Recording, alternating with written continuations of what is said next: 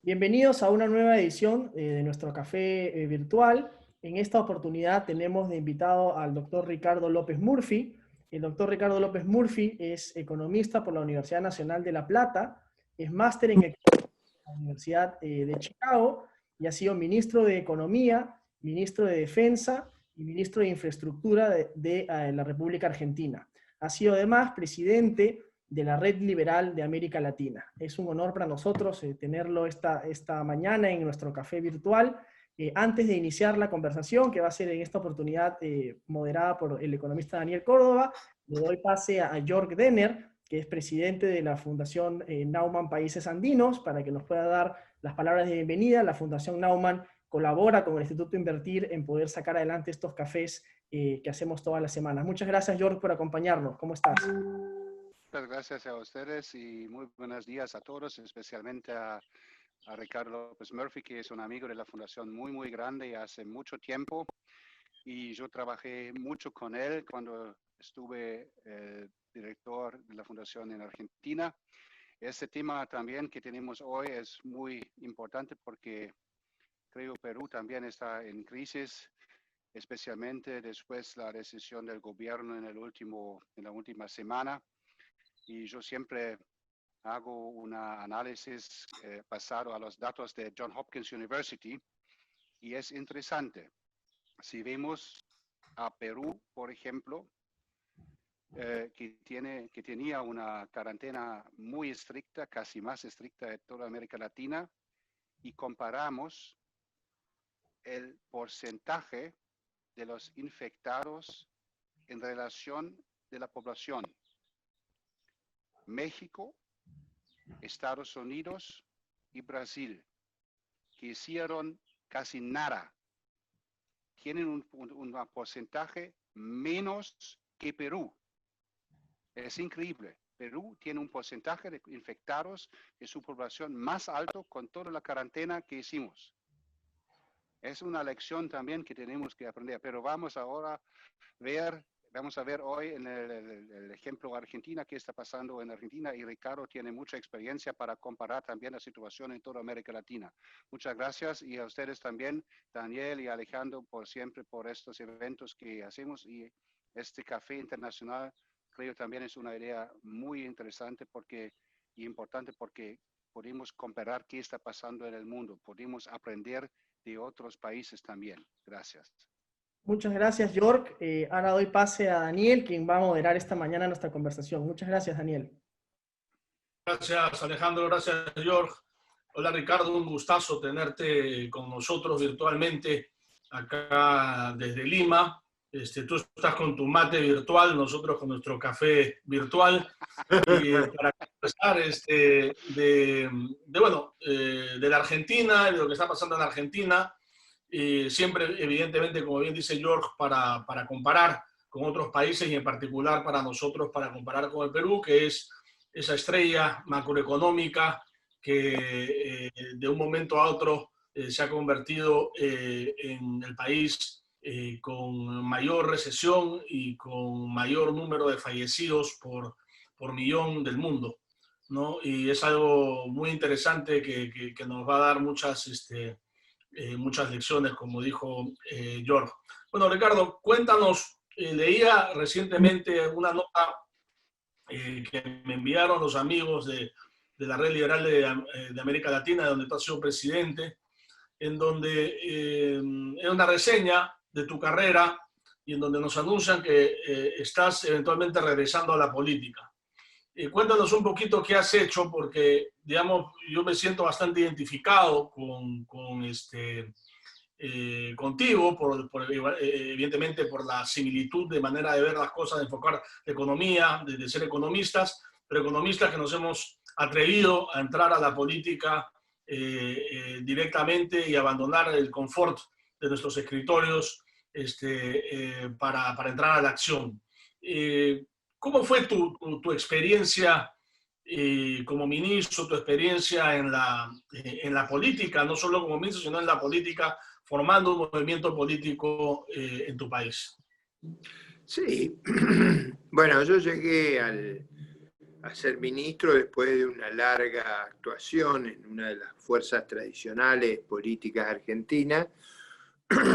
Tuve un desempeño, digamos, bastante extenso en las carteras ministeriales, muy breve en economía, pero muy extenso en defensa, en una situación muy grave de Argentina, porque habíamos recibido un shock externo de enorme dimensión, combinado la caída de precios que se produjo con la crisis asiática, el cierre de los mercados de capital por la crisis rusa, el derrumbe del tipo de cambio de Brasil, que es un socio muy importante, una economía 5 veces más grande que la Argentina, y naturalmente fue una época de muchísima restricción económica y financiera, y bueno, ahí cuando el presidente me pidió que me hiciera cargo de la cartera de economía, era una situación muy crítica, yo propuse un programa de corrección, de consolidación fiscal.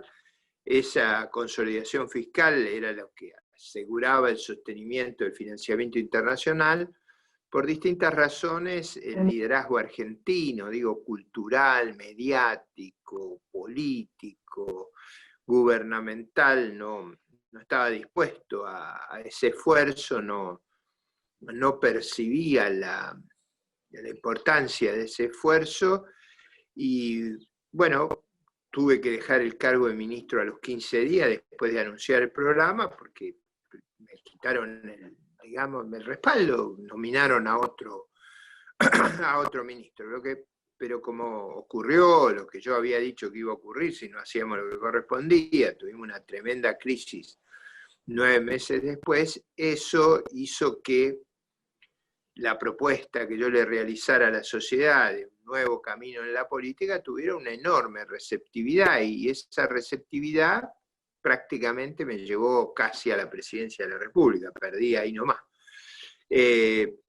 A lo largo de los años, después ya con resultados más adversos, debido a que el país disfrutó de una circunstancia muy favorable, y cuando los países disfrutan de circunstancias muy favorables, el oficialismo obviamente se consolida, y en esas condiciones sostuve las banderas de la libertad, acompañado muchas veces, yo diría en la totalidad de las veces, por la Fundación Naumann, en un clima que era muy, muy populista. Y bueno, seguí batallando a lo largo de 20 años en esas líneas, durante un tiempo en la arena electoral. Después de varias derrotas lo hice más con la arena arquitectónica, es decir, el debate de las ideas, y creo yo que en ambos campos cumplí un rol de mantener en alto una forma de ver los problemas y de enfrentarlo, que es apelar a la responsabilidad y a la libertad individual, a la creatividad, a un orden institucional republicano, representativo, a la economía de mercado, y a entender que tenemos que tener una actitud solidaria frente al infortunio, pero que el infortunio no puede ser un estilo de vida, o sea, vivir de lo demás no puede ser la regla. Entonces, defendiendo esas posiciones, he estado mucho tiempo en la primera línea del debate argentino, con suerte variada, yo diría, influyendo en las opiniones y creando un punto de referencia, a veces con resultados electorales no agradables. Pero bueno, acá hay que tener tenacidad, y yo la tengo. Creo que ahora lo que he vuelto, más que a ser candidato, eso he vuelto como un emprendedor cultural, a tratar de que Argentina, frente de nuevo a esta experiencia populista, tenga un espacio electoral que no sea la oposición que gobernó hasta diciembre, porque hay mucha gente muy desconforme con lo que ocurrió hasta diciembre, y yo creo que estamos en una situación crítica. Por los problemas sanitarios, nosotros llevamos 150 días de cuarentena o de confinamiento, con un costo económico monumental, y yo creo que las cuarentenas no curan, las cuarentenas para la gente sana no son buenas. Yo creo que debíamos haber seguido otra estrategia, proteger a los ancianos, proteger a los que tenían fragilidad, es decir, riesgos de comorbilidad, pero permitir el funcionamiento de la economía. El costo económico ha sido catastrófico y el costo en menos atención de otras enfermedades ha sido muy grande. Es verdad que el número de muertos es más bajo que en Perú, que en Ecuador, que en Brasil, o en relación al millón de habitantes tenemos un número más bajo, pero subiendo, con lo cual esta historia siempre hay que verla al final de la película, no al comienzo. Yo creo que el costo... Ahora, antes de llegar al análisis de nuestra situación de pandemia, sería bueno tener un breve relato tuyo respecto de la historia de Argentina, ¿no? O sea, resumir en algunos minutos. Argentina ese país que era el más rico, uno de los más ricos del mundo al comienzo del siglo XX, y que ahora se encuentra la saga, digamos, de muchos países de América Latina, inclusive trae América Latina. ¿Por qué la Argentina, teniendo los recursos que tiene, teniendo un nivel cultural también bastante sofisticado o alto, un nivel de educación, porque acá muchos dicen todo es educación? Bueno, Argentina tiene niveles educativos muy altos, digamos, recursos naturales. ¿Por qué un país con estos dos grandes componentes, que muchas veces mucha gente dice que son los pilares del desarrollo, no ha podido, ha caído en el mundo de la demagogia, en el mundo de la corrupción del Estado de manera tan violenta? A ver, brevemente, Argentina, digamos, hasta la Segunda Guerra Mundial, de 1870 hasta la Segunda Guerra Mundial, creció espectacularmente y lo hizo con, entre otras cosas, con una política educativa muy parecida a la de Massachusetts, que fue educar a toda la sociedad. Eso le dio, como bien señalas, una gran ventaja en su capital humano y una gran integración, porque el grueso de nuestra población fue migrante del sur de Europa. De toda Europa, pero principalmente del sur de Europa. Hubo un éxito muy grande hasta la Segunda Guerra Mundial. A partir de la Segunda Guerra Mundial, el país siguió un camino más autárquico, más aislacionista, menos integrado al mundo. Y yo creo que eso bajó sustancialmente su capacidad de acumulación, o sea, redujo, siguió, no solo se aisló del mundo, sino que recurrió mucho a la inflación como un mecanismo de acumulación, destruyó sus mercados de capital y su mercado financiero, creció mucho el peso del Estado, hubo mucha actividad del Estado como empresario, y todo eso bajó no solo la productividad, sino el ahorro y la inversión. Y esa baja de la productividad, del ahorro y de la inversión, creo yo que inauguró una etapa de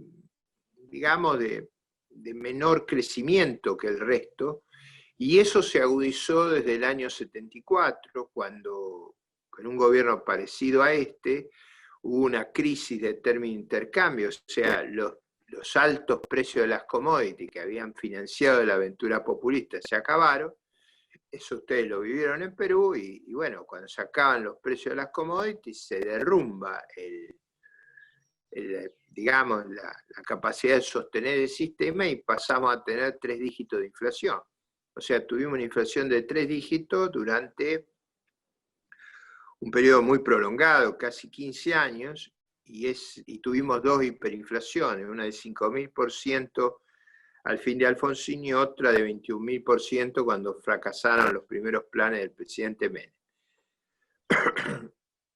Luego de eso intentamos una reforma muy grande en la década del 90 con la caja de conversión, que fue una reforma importante, pero desgraciadamente un shock externo muy grande a fines de los 90 desacomodó el sistema y no tuvimos la flexibilidad y la fortaleza de sostenerlo, y tuvimos una nueva ronda populista a comienzo de los años 2000 que produjo una suba del gasto público extraordinaria y a partir, yo diría, del 2008, 2009, estamos con un desequilibrio fiscal enorme que no, producto de un aumento descomunal del gasto, que no lo podemos sostener, y eso es lo que está en el corazón de nuestro fracaso, o sea, una economía cerrada, sin intermediación financiera muy pequeña, sin mercado de capitales,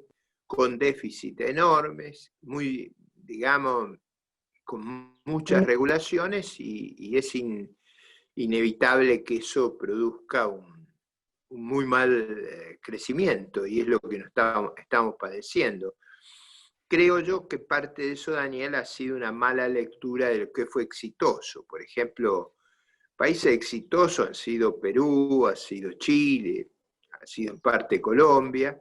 Nosotros y Brasil hemos tenido una mala performance, la nuestra peor que la de Brasil, y por supuesto Venezuela le ha ido muchísimo peor y a Cuba muchísimo peor, pero digamos, el entusiasmo con los modelos colectivistas no hizo mucho daño. Y George, ¿tú querías decir algo? Sí, soy absolutamente de acuerdo con Ricardo, pero en su dignidad y political correctness es muy diplomático.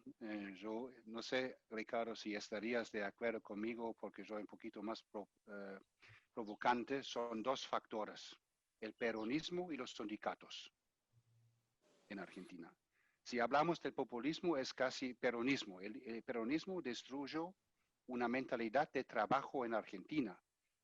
Yo siempre digo, en Argentina trabajan 35 a 40% duro, para los otros 60 pueden recibir los subsidios y viven del Estado. No, seguramente ese sistema corporativo construido a partir de la Segunda Guerra Mundial hizo mucho daño, y ahí surgió un sindicalismo y sobre todo un gran empleo del Estado, y por supuesto las ideas iniciales del peronismo eran muy parecidas a las de la Falange, a las del fascismo, y eso se ha ido adaptando al tiempo, pero en general con un enorme peso, como dice George, de los sindicatos y del partido político que ha gobernado tantos años la Argentina, que ha enervado las capacidades de crecimiento de nuestro país. Ahora, detrás de eso, porque yo iba a hacer una pregunta parecida a la de George, ¿no? No mencionaste la palabra peronismo, lo cual, digamos, a ambos nos sorprendió.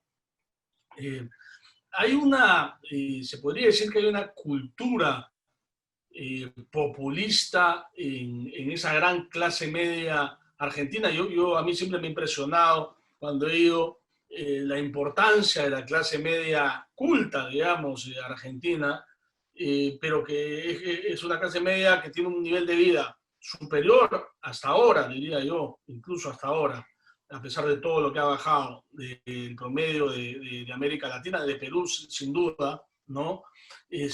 Pero las ideas populistas, estas ideas que, digamos, consideran, no valoran la creación de riqueza, no valoran a los empresarios que los tratan, digamos, yo he visto en los medios de comunicación el gobierno actual, los ha tratado de la peor manera, como si fuesen, digamos, destructores de riqueza en lugar de creadores de riqueza. Esa cultura que considera que la riqueza cae del cielo y que el Estado tiene que proveer, o los empresarios tienen que proveer, pero sin tener las herramientas para ser competitivos. ¿De dónde surge, de dónde puede aparecer un país culturalmente tan populista, si está de acuerdo con lo que estoy diciendo, ¿no?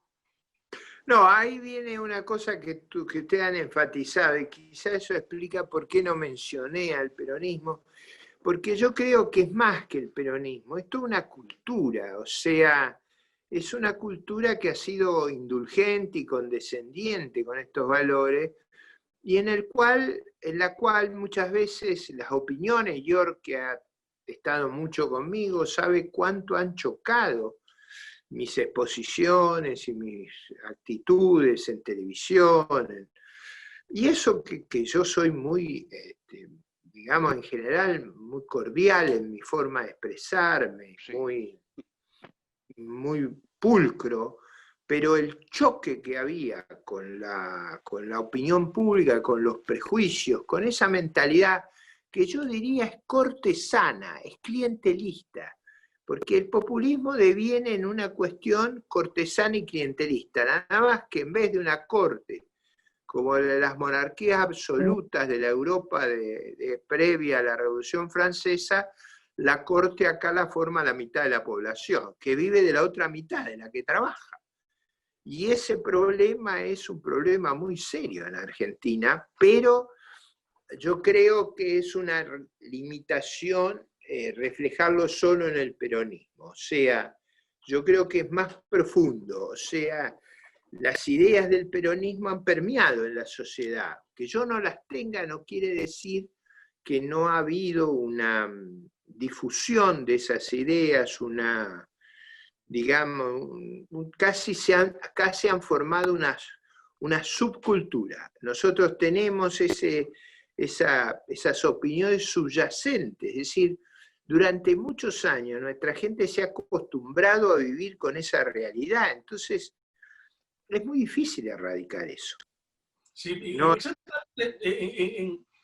Curiosamente, bueno, la génesis del populismo es parecida en la historia de todos los países, incluidos los países más desarrollados en años anteriores, en los años 30, qué sé yo, que es básicamente cuando un porcentaje importante de la población vive el Estado, ¿no? Porque el Estado tiene los recursos. O sea, para que haya populismo tiene que haber un cierto nivel de desarrollo, o un populismo institucionalizado de esa manera. En Perú está pasando algo parecido, curiosamente, pero que no se nota todavía, porque tenemos equilibrio financiero, equilibrio macroeconómico. Pero ese equilibrio y ese crecimiento de las reservas internacionales, digamos, de la capacidad fiscal, ha generado un crecimiento muy importante de la burocracia en los últimos 20 años, que nos estamos dando cuenta recién cuál es el resultado, que es justamente también la predominancia de las ideas populistas que se manifiestan en la clase política, en nuestro caso el Congreso, pero y en el caso de Argentina, votando al peronismo, ¿no? claro. Pues ahí la pregunta que cae madura ahí es, ¿qué hacen los empresarios? Porque digamos, si hablamos en simple, hay dos tipos de empresarios, ¿no? Los mercantilistas que se adaptan al gobernante de turno y ven cómo se las arreglan con él, ¿no?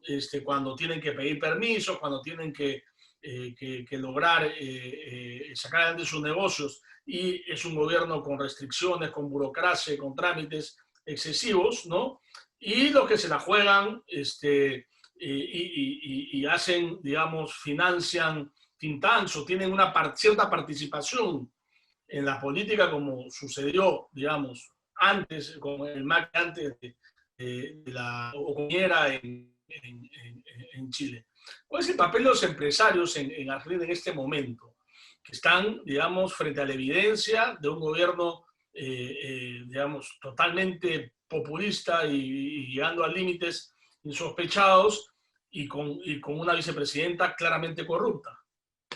Bueno, yo diría que hay, por supuesto, un rechazo en general a toda la mentalidad que uno podría decir anticapitalista, pero en general nuestro empresariado también fue educado bajo las reglas mercantilistas, es decir, la lógica de ellos es el Estado finalmente propondrá alguna regulación que preservará el statu quo. Y esa disposición a preservar el statu quo, creo yo que estuvo digamos, en el corazón de digamos, de las dificultades que tenemos en este momento, porque el empresariado no simpatiza con el gobierno en el sentido de identificarse, pero tampoco estaría, me parece a mí, muy dispuesto a un cambio grande, porque en el fondo esa idea de que el Estado los protege también le cabe a los empresarios. Es decir, hemos creado digamos, un daño antropológico. Nosotros no tenemos empresarios como en el resto del mundo, tenemos empresarios, o sea, que viven de los despojos de que quedan del régimen regulatorio. Entonces, me parece que eso forma toda una cultura que no es fácil de abrogar o de modificar. Ahora, en relación a la pandemia, ya para entrar a la pandemia, ¿no? ¿Cómo opera desde tu punto de vista esto? Lo que decía Jorge es un crítico muy impetuoso de la gestión del presidente Vizcarra, que tuvo, según un índice que sacó Oxford, el índice de severidad, digamos, en las medidas, uno de los más altos del mundo, por un lado. Sí. Pero por otro lado, tenemos una de las caídas del PBI más altas del mundo también, ¿no? Bueno, como es natural, pero mucho más, o sea, lo que pasa es que hay una correlación ahí entre ¿no? la severidad y la caída del índice, evidentemente, ¿no? Pero sin embargo, tenemos la mayor cantidad de muertos por millón del mundo también. Entonces, ahí es donde a mí me entra un problema, porque no me entra un problema, porque yo ya entiendo el fenómeno. El fenómeno es que reabrieron, es que el Perú es un país con 70, ya 80% de informalidad, y no se respetaron, no se respetan las reglas del juego acá. O sea, hay una cuarentena, pero la cuarentena es para un sector limitado de la sociedad, menos de un tercio, pero el resto de la sociedad tiene que salir a buscarse el pan día a día, ¿no? Y ahí es cuando se contagia. El transporte público es un desastre. Entonces, Argentina es un país que todavía es más institucionalizado que Perú, sin ninguna duda, ¿no? Es menos informal, a pesar de toda su historia, digamos, de declive, ¿no? ¿Cómo se manejó y cómo evalúas tú el manejo allá en Argentina de la pandemia? Yo no soy un médico, pero tengo digamos, criterios sobre la vulnerabilidad. En general, la mortalidad está muy asociada a la obesidad, a malas prácticas alimenticias, está asociada a edad, a comorbilidad, es decir, presencia de diabetes, presencia de presión alta, cosas que yo creo que tienen que ver mucho con hábitos alimenticios. Por supuesto que digamos, no uso de barbijo, de distanciamiento, no suficiente higiene, eso facilita, pero en general a mí me ha asombrado por qué tanto Ecuador como Perú tuvieron tanta vulnerabilidad, es decir, tanta mortalidad. No me asombra la caída económica, porque la caída económica tuvo mucho que ver con la magnitud del confinamiento, de la cuarentena.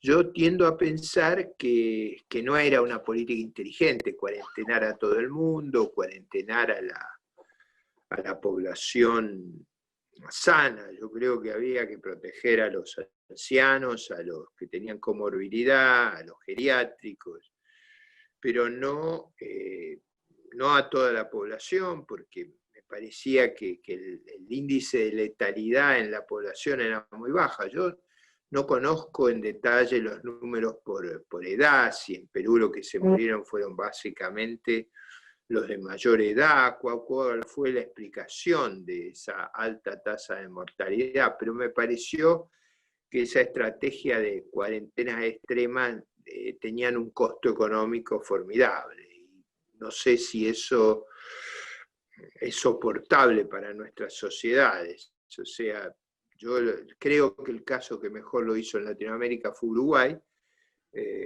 también lo hizo bien Paraguay. Yo creo que tuvo mucho que ver con la responsabilidad de la gente, el cuidado,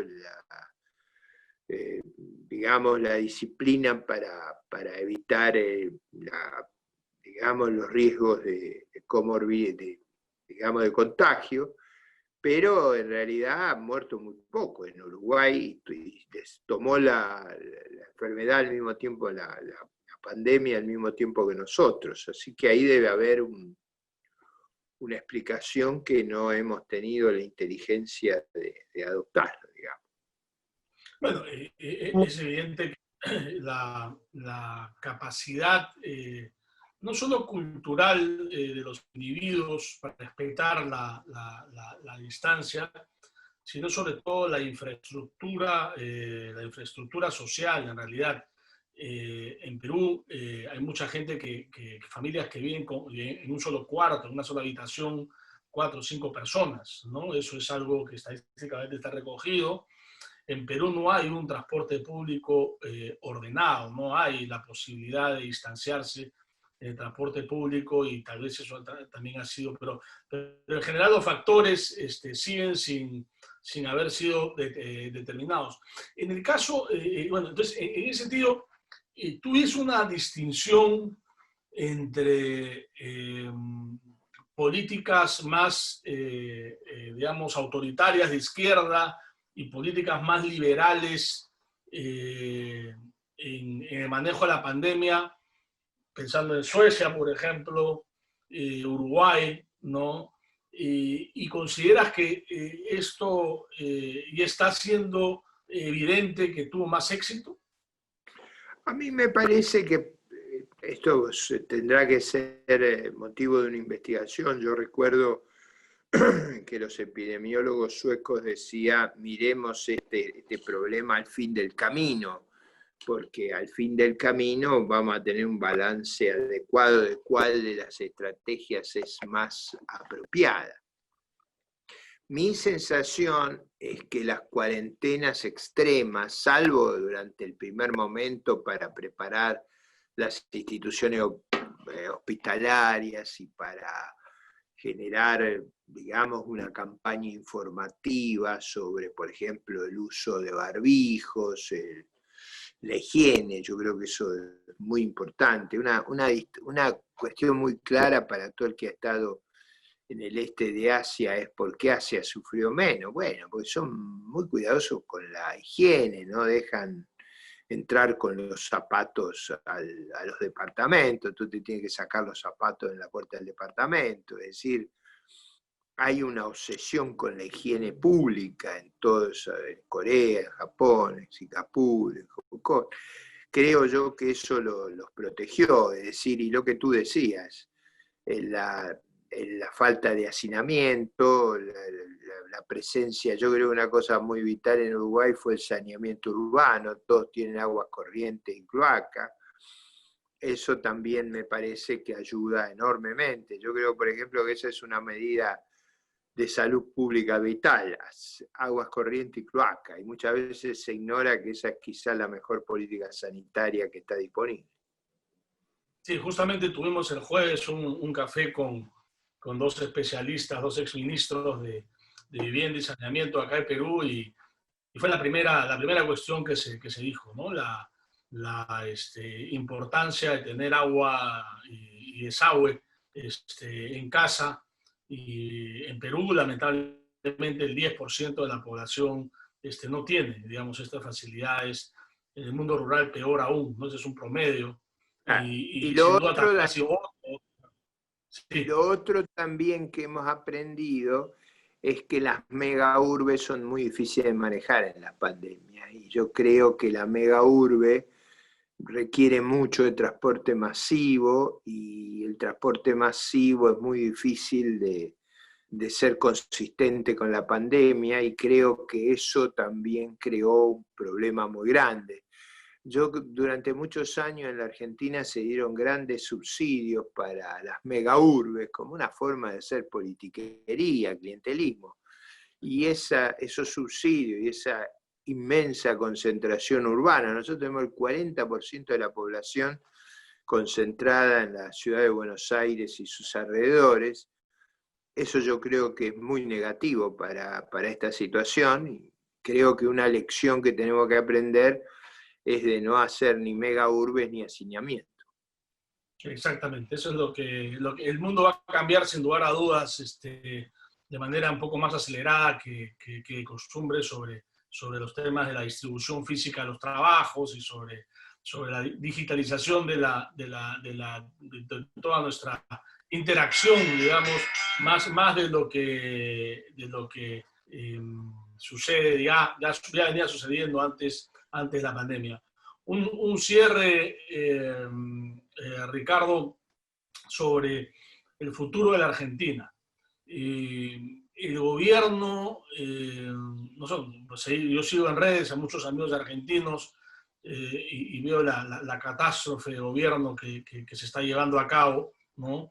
Y, ¿cómo ves tú el futuro político? O sea, tendremos otra vez la opción de un gobierno liberal, o por lo menos no peronista y no tan desastroso, porque inmediatamente llegó este gobierno, el tipo de cambio otra vez se fue al cielo, otra vez la situación empezó a claramente empeorar, pero la gente percibe eso, la gente sigue apoyando al gobierno, independientemente de la gestión de la pandemia, que ahí puede ser, digamos, tan concluyente, digamos, sobre el fondo, ¿no? O sea, por todos lados se han cometido errores, pero ¿cómo está la población respecto del gobierno? ¿Cuán popular se mantiene? ¿Y qué perspectivas hay para digamos, un eventual cambio? A ver, nosotros ¿cómo financiamos la pandemia? Al revés de Perú, que tenía su sistema financiero y su mercado de capitales, nosotros financiamos la pandemia con una extraordinaria emisión monetaria. Esa extraordinaria emisión monetaria, en parte, la esterilizamos en el Banco Central, porque el Banco Central le colocaba la deuda a los bancos y absorbió de esa manera la expansión monetaria, pero como economista lo sabe muy bien, eso es pan para hoy, hambre para mañana. O sea, tenemos todo nuestro sistema financiero, que es pequeño, lleno de bonos del Banco Central, que financian los préstamos que el Banco Central le dio al gobierno, además de la emisión monetaria. Esa inmensa emisión monetaria está frente a muy bajas reservas, o sea, tenemos poquísimas reservas. ¿Cómo se convive con esa situación? Bueno, con lo que nosotros llamamos un cepo, que es un control de cambio extremo. Es prácticamente imposible, digamos, siquiera pagar importaciones. Entonces, en esas condiciones, el gobierno autoriza a la población a comprar $200 mensuales. Aunque no lo puedas creer, 5 millones de argentinos compran los $200, por lo cual tenemos el problema adicional de que ni $200 le podemos vender a la población. Ahora no tienen que viajar, pero digamos, no hay reservas. El fin de semana el gobierno estuvo especulando si quitan los $200 de venta al público, van a tener un poquito más de margen de reservas, pero ahí les estalla el paralelo. Si no venden, si siguen vendiendo los $200, se quedan sin reserva. Así que te imaginás que estamos en una situación extremadamente grave. Yo creo que hacia fin de año vamos a tener una situación todavía muchísimo más difícil, porque hemos emitido y hay un sobrante de dinero espectacular que, con toda la gente encerrada, no pudiendo ir a los bancos, vos para ir a los bancos acá tenés que pedir una cita. Esa cita es para que te atiendan los oficiales de los bancos, pero no podés ir a las cajas. A las cajas tenés que ir por cajero automático. Todo esto con la excusa de la pandemia. Pero el día que vos liberes las cajas y liberes digamos, la actuación normal de los bancos, vas a tener digamos, una aceleración de la velocidad de circulación, y eso yo creo que nos va a poner en una posición inflacionaria muy, muy alta, y no veo cómo el gobierno reacciona frente a eso, porque lo que tiene que hacer frente a eso es un programa de consolidación fiscal y consolidación monetaria, y eso para ellos es mala palabra. Entonces, me parece que nos esperan, digamos, años muy difíciles, muy, muy difíciles. Probablemente, después del fracaso ostensible del populismo, vuelva un gobierno que esperemos poder influir para que no sea tan equivocado en materia económica como fue el anterior, que fue un gobierno no peronista, pero muy temeroso de actuar y de enfrentar los problemas. Probablemente el próximo haya aprendido y tenga actitudes más firmes. Una vez que se ha entrado en una crisis tan profunda de crecimiento como la Argentina, reponer reglas razonables no es tan fácil y yo creo que va a ser muy conmocionante para nosotros, pero me parece a mí que es la única esperanza que tenemos. O sea, con más de esta organización económica, lo único que nos espera es más decadencia. Muy bien, George, para ir cerrando. Sí, mira, yo viví en ambos países, 6 años en Argentina y ahora casi 2 años en Perú. Y para mí hay muchas diferencias y a veces son cosas que yo no entiendo. Como dijo Ricardo, mira, Argentina tiene todos los recursos naturales, recursos humanos, tiene una cantidad y un nivel de think tanks liberales increíble, creo que más grande y más alto nivel en toda América Latina, y ellos trabajan mucho y hacen mucho, pero la gente no escucha. Esa es una cosa. En Perú, y con todo este recursos, Perú tiene datos mejores de la economía.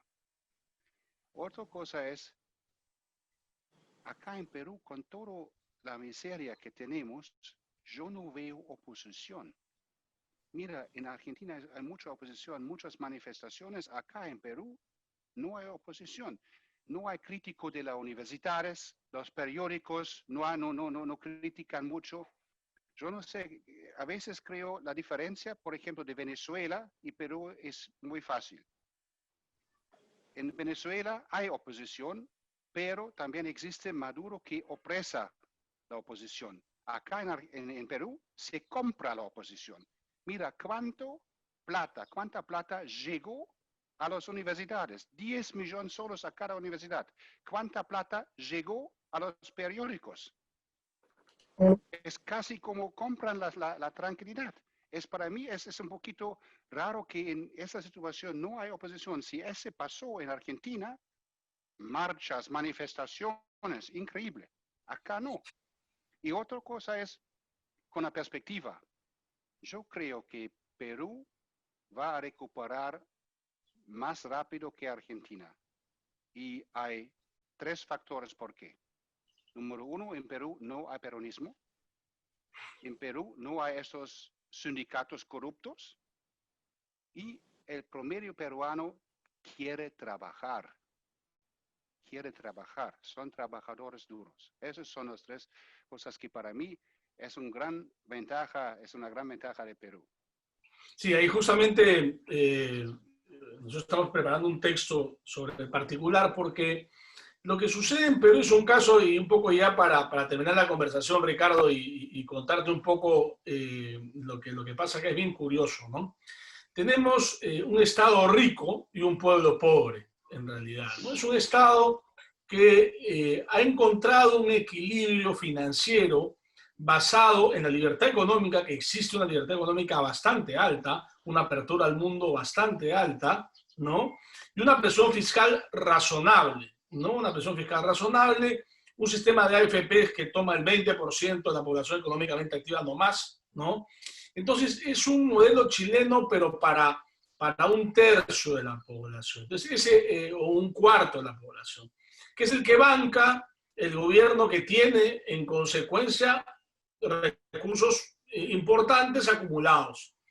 El Estado no es capaz de gastar estos recursos. Entonces, por ejemplo, el presupuesto para el COVID no se ha gastado ni el 25% por toda la burocracia que hay que pasar, por todo el sistema de compras y la corrupción, que también se ha vuelto una corrupción muy fuerte, pero micro establecida, ¿no? Con mucha capilaridad. Es una corrupción que va el sistema, digamos, está en una corrupción democrática, digamos, ¿no? Entonces, tienes esta situación y tienes, lo que dice George, el 70% de la población que interactúa con el sistema, paga impuesto a las ventas, digamos, pero nada más, y está sobreviviendo, o en algunos casos viviendo también de manera sobre la base del orden espontáneo en la práctica, ¿no? Es uno de los países más hayekianos que puede existir en América Latina. Entonces tienes una población emprendedora que no le pide al Estado, le pide al mercado. Le pide al mercado, entrando al mercado, ambulantes, se van formando su pyme, hay emporios textiles como Gamara, que son impresionantes, que son muchas pequeñas empresas. Entonces, tienes un no sistema en realidad. Y eso tal vez explica que en Perú no haya pasado lo de Chile, ¿no? Porque en Chile la protesta se inició por el precio del metro. Bueno, en Perú no hay metro, pues, básicamente, ¿no? En Lima no hay metro, no hay transporte público formal, se está haciendo un metro, ¿cierto? Pero no hay esa estructura mínima que puede generar estas contradicciones. Entonces, es curioso el caso peruano, una macroeconomía estrella, pero con instituciones bastante débiles, y es otro caso de estudio muy distinto al de la Argentina, pero también interesante porque la pobreza es muy fuerte y los indicadores macro venden, digamos, una realidad que no es tan auspiciosa, digamos, desde el punto de vista del bienestar de la gente. Te dejo el comentario final, Ricardo. Bueno, muchas gracias por la posibilidad de intercambiar. Yo creo que fue un shock terrible la pandemia, no tanto por la letalidad. Yo creo igual aún en Perú la letalidad es menor al 1 por 1000. La letalidad no ha sido, debe ser aproximadamente 0,6 por 10.000, una cosa así, o sea, 0,6 por 1000. A pesar de eso, y que en el mundo es menos del 0,2 por 1000, o menos del 1 por 1000, del 0,1 por 1000, ha generado un pánico colectivo, y bueno, cuando hay un pánico colectivo el mundo es muy difícil de manejar. Pero esperemos que con la vacuna y con la mejora en las terapias, con la inmunización que adquirió la población, podamos superar esto y bueno, que los años que vienen nos permitan reconstruirnos luego de una crisis que yo nunca pensé que iba a vivir y que ha sido mucho más profunda de lo que nunca había imaginado. Pero ha sido muy bueno el intercambio. Un gran saludo, Yor, un gran saludo, Daniel. Ánimo en lo que nos toca vivir, que sé que no es muy agradable, pero bueno, nos hemos recuperado de circunstancias aún más difíciles. Un abrazo a ambos. Exacto. Muchas gracias, Ricardo. Muchas gracias, Ricardo. Gracias a Un todos. placer. Buenos días.